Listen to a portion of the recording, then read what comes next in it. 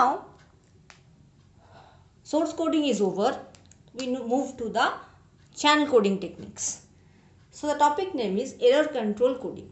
The channel coding is also known as error control coding. When a digital signal is transmitted between two systems, that means suppose it is a computer, it is another computer. So it is computer 1 and it is computer 2. So when these two computer, there is two computer and the digital signal is transferred from computer 1 to computer 2. The signal gets distorted because of the addition of noise to the transmitted signal. That means during transmission, due to the long distance, the distance of this transmission is very long. So due to this long transmission or long distance, there could be a probability that the signals may be distorted due to noise. The noise can be introduced as error in the binary trains or bits traveling from one system to another. That means if the signal is digital, we already know the signal is two types, one is analog and other is digital. So in case of digital signal, the signals are denoted as binary bit stream 0, 1. So in the digital signal, when noise is introduced, it is denoted as error. That means after receiving this message bits, the bits may be changed. So suppose if the transmission bit is 0011, the receiving bit may be 0100. That means the bits may be changed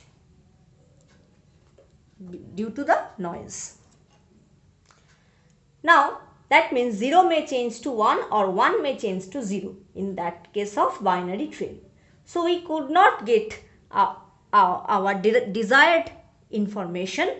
Therefore, it is essential to detect and correct the errors. In digital communication, errors are introduced during the transmission of data from the transmitter to receiver due to noise or some other reason. The reliability of data transmission gets severely affected because of this error.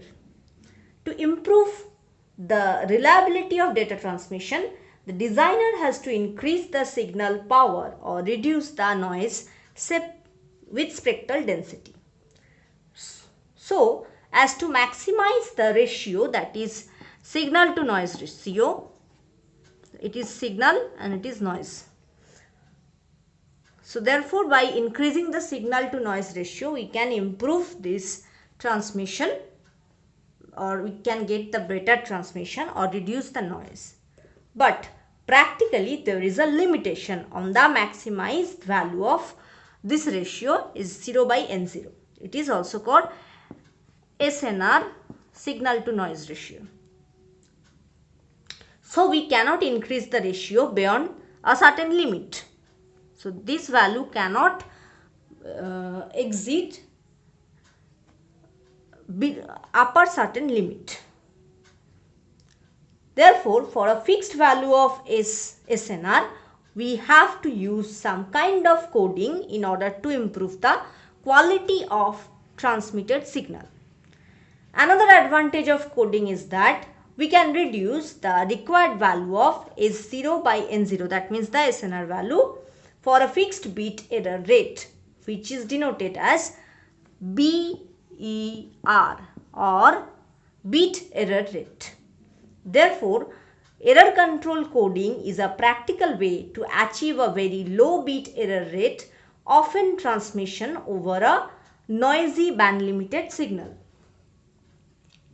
So that's why we use the error control coding system. Now we comes to the topic detection and correction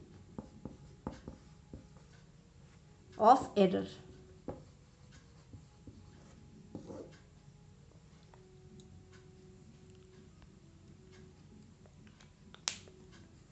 For the detection and correction of transmission error, one or more than one extra bits are added to the data bit at the time of transmitting the signal. These extra bits are known as parity bits. These parity bits detects or sometimes correct the errors. In fact, the data bits along with the parity bits form a code word.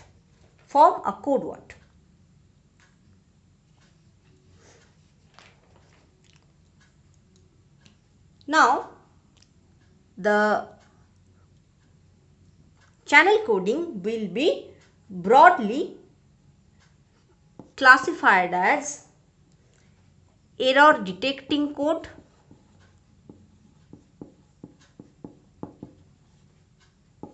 and error correcting code.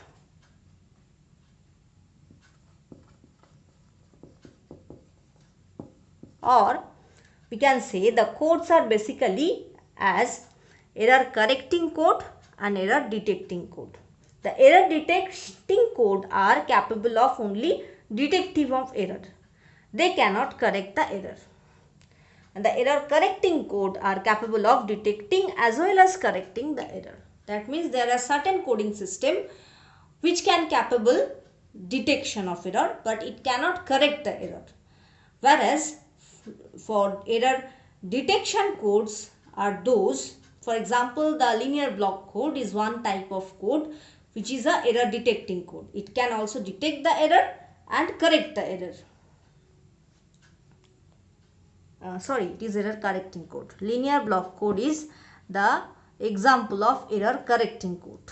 Linear block code is the example of error correcting code. Now, we can classify the error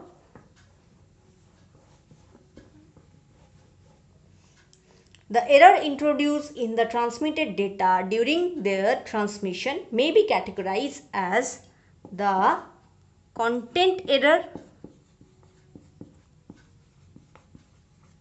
and flow integrity error.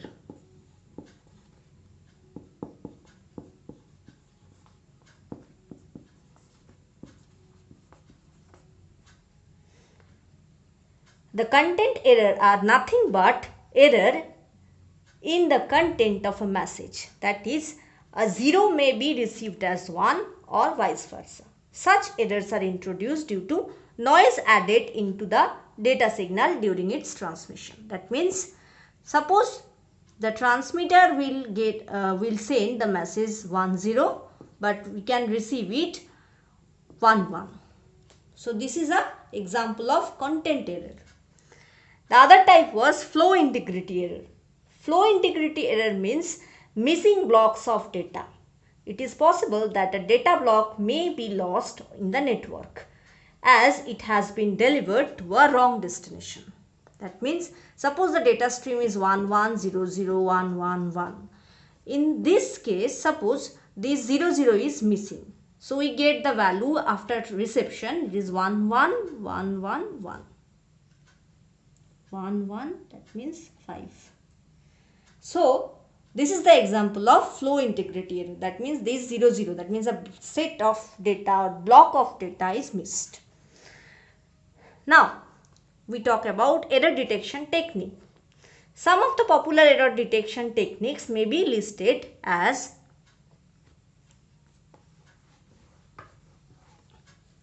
one is parity checksum,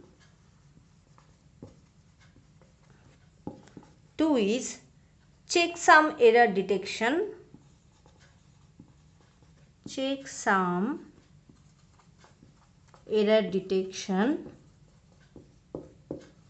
and third one is cyclic redundancy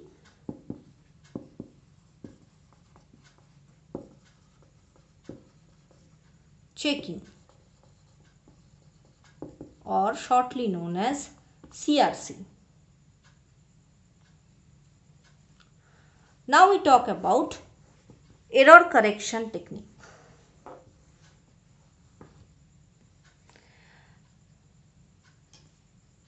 The error correction technique are based on generation of code word at the transmitter. The code word contains data bit and parity bit.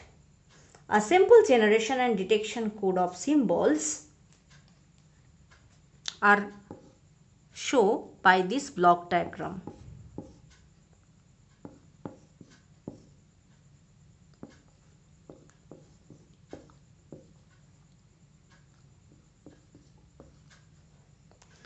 It is a discrete memoryless source which will generate the message.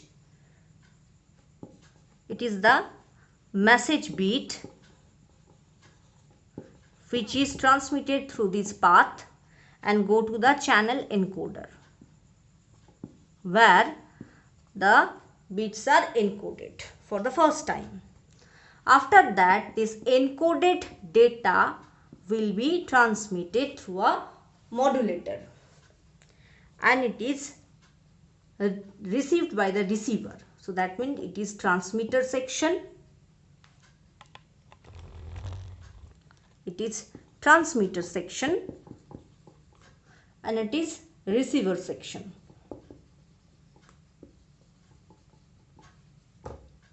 Here, after receiving, the same data will be passed through a channel decoder where the code will be again decoded to its original symbol, and after that it will be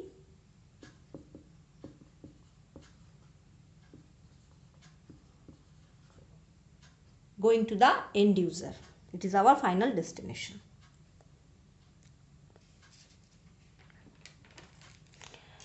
This process of encoding and decoding techniques is used for forward error correction.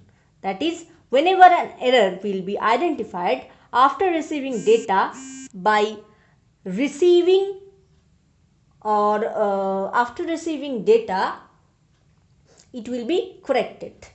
In this process, a discrete source generates information in the form of binary symbol. The channel encoder accepts those message bits and add parity bits according to the prescribed rule. Therefore, we get the encoded data at the encoder output. The channel decoder takes the help of additional bits or parity bits to decide whether the transmitted signal is 1 or 0. Thus, the combined objective of the channel encoder and decoder is to minimize the effect of channel noise. So, there are certain limitations on coding techniques. The first one will be due to adding of parity bits, the transmission bandwidth is required to increase for the encoding process. Suppose you want to send a message bit 101. It is your information or message bit. After encoding, some bit is added. So, suppose the new bit or encoded bit will be 10111. That means these two bits are added when you encode this information. So, due to the increase, due to adding of this bit, the length of the code word is increased, and due to this, the transmission bandwidth is required also greater than previous. So, it is one disadvantage of coding system, because where the bandwidth is required higher bandwidth or where the higher bandwidth is required, that means the cost of the process is increased. And the second drawback will be by using encoding and decoding techniques, the communication system becomes quite complex. So, in your previous section, we denote the encoding techniques, encoding and decoding technique by a simple block diagram. You remember this.